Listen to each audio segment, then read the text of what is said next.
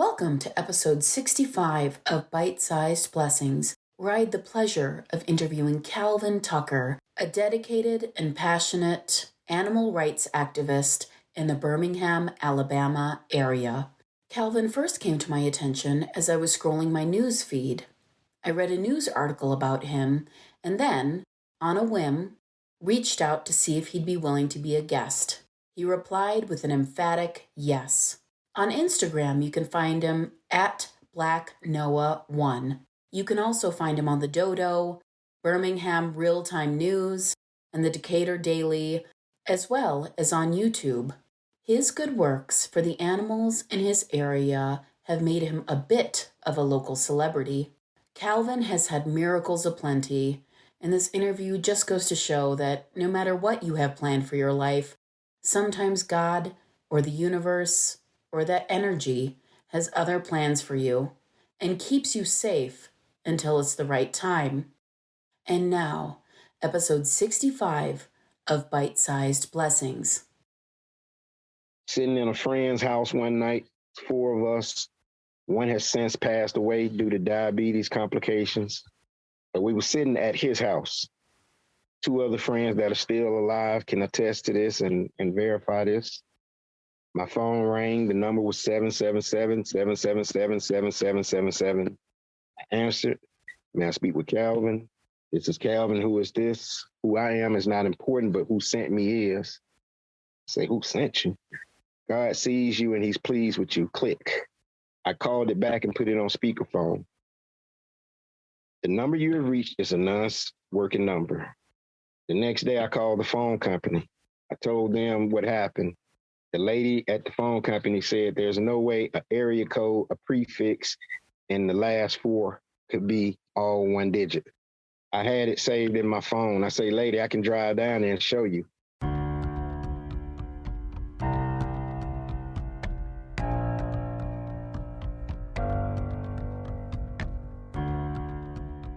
I started getting these preachers approaching me saying that I had an anointing on my life.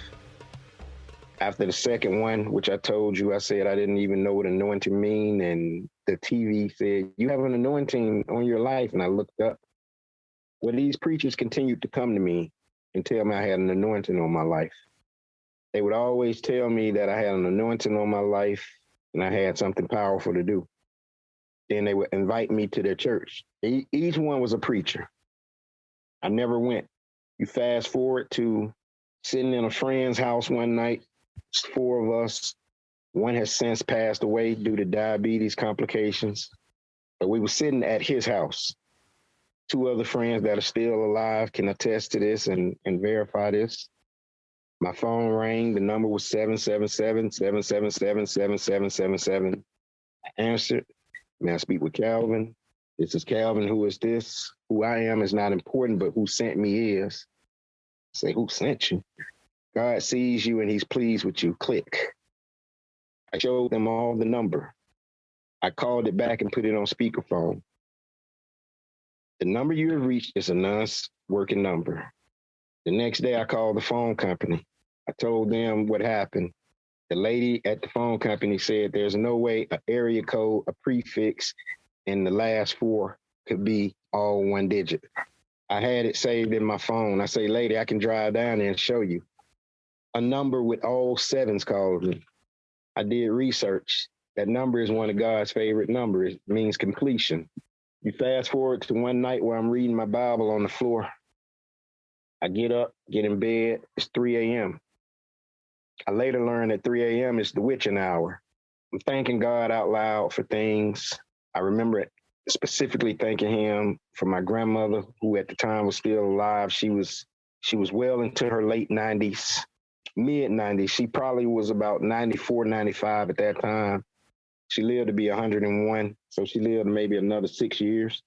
But I remember thanking him for her still being alive and, just me having health, just random things. And when I turned on my side, there was a little green light glowing into my apartment, in my window.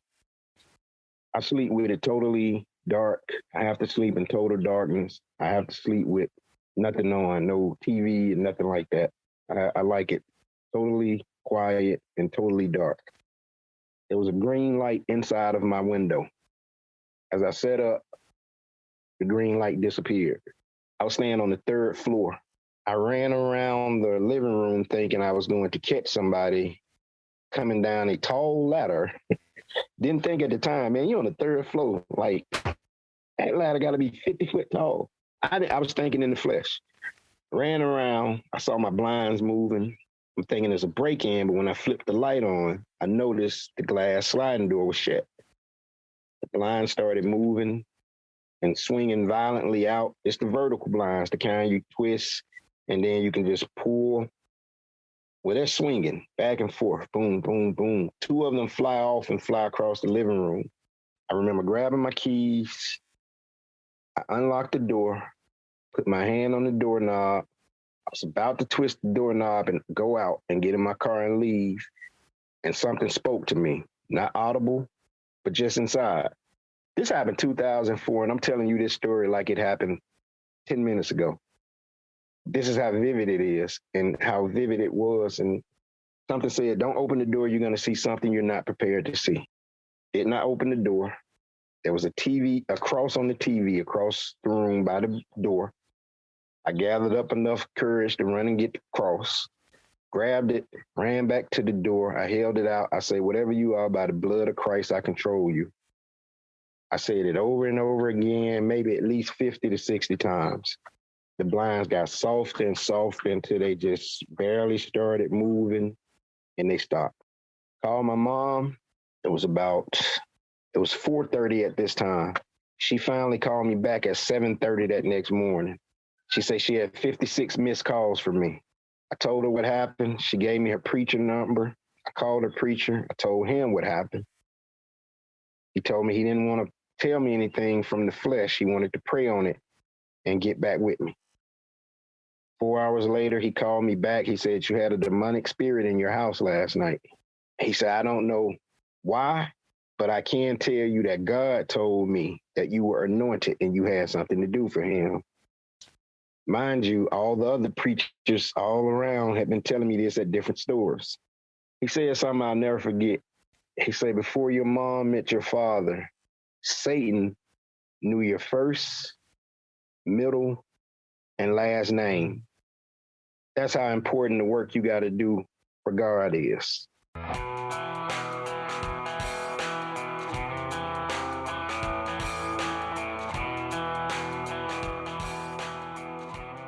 I would say about 2 months later, me, one of the same friends that saw the 777 number was at my house, and another friend. I sat on one end of the sofa. One friend sat on the other end of the sofa. One friend laid on the carpet. It was 8 o'clock that night. We were watching a movie. Had the blinds drawn. They was open all the way. Nice night out. We watching a movie, got the door open, sliding door open, got a fresh breeze coming in off the outside. All of a sudden, my whole balcony, my whole living room just blinked a bright green. Poof, poof, gone. Friend on the couch almost jumped into my lap. I jumped. Friend was laying on his stomach with his legs stretched out, jumped up, sat up. We all ran outside, opened the door, ran outside. Totally still night, quiet. Nothing. Not a peep. You heard nothing. You didn't hear a cricket or nothing. Just totally calm. My whole living room and the whole balcony turned a bright green. It was a flash. That's what it was, a flash. It was just poof, poof. It may have lasted a second. It was just poof, gone. I started doing some research, and I've read everything. I read the Bible from Genesis to Revelations. I read the Quran, all surahs in the Quran. I read the Torah. I read the Dead Sea Scroll. My research led me to the Archangel Raphael. You know, the Bible mentions Archangel Michael, Archangel Gabriel, but there's 7 archangels. There's different hierarchies of angels. One in particular the angel of healing and nature, being the Archangel Raphael.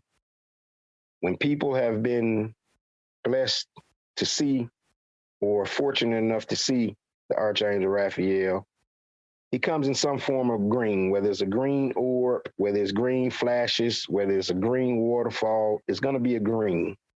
I wasn't sure though, but this is what was leading me to Archangel Raphael. Fast forward 9 years passed, and I went to see a minister about this. Told him everything I'm telling you and a lot more. Some stuff I got to say for the book. So I'm not telling you everything. Some stuff I got to say for the book. 9 years had passed, and that night I left the church feeling disappointed because he had nothing for me. Absolutely nothing. It was a waste of time. Well, it wasn't a waste of time.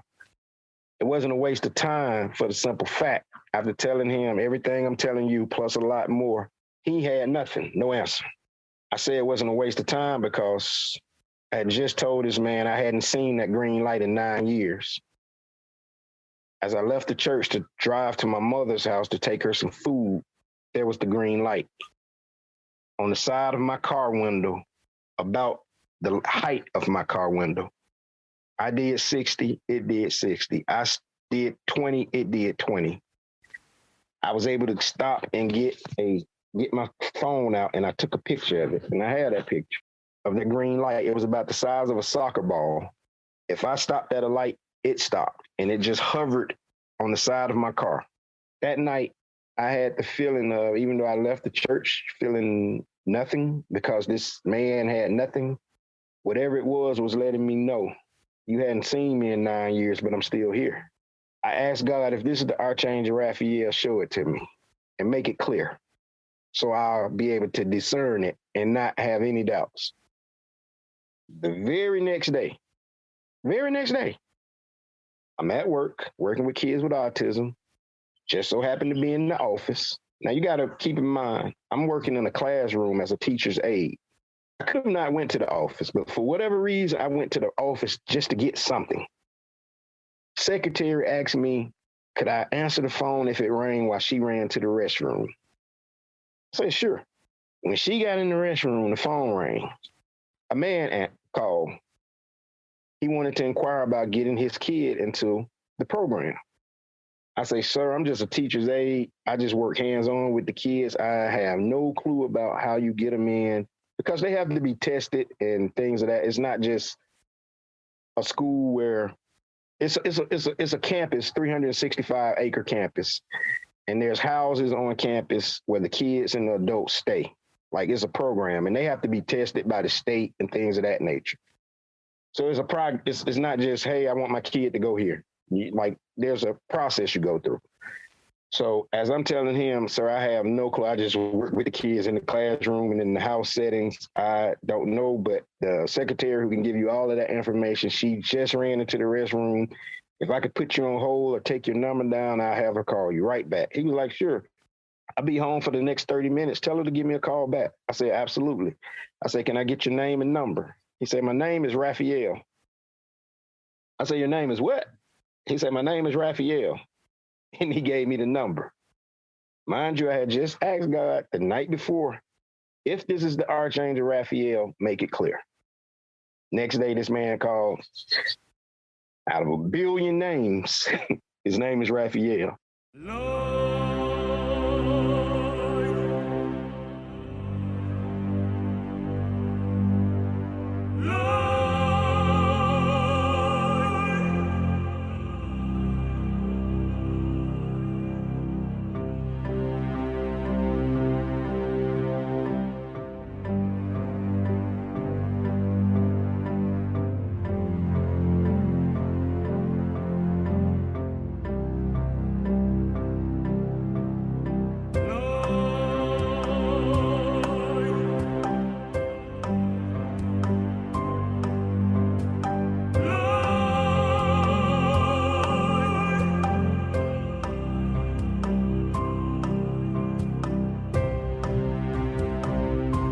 Thank you for listening to episode 65 of Bite-Sized Blessings.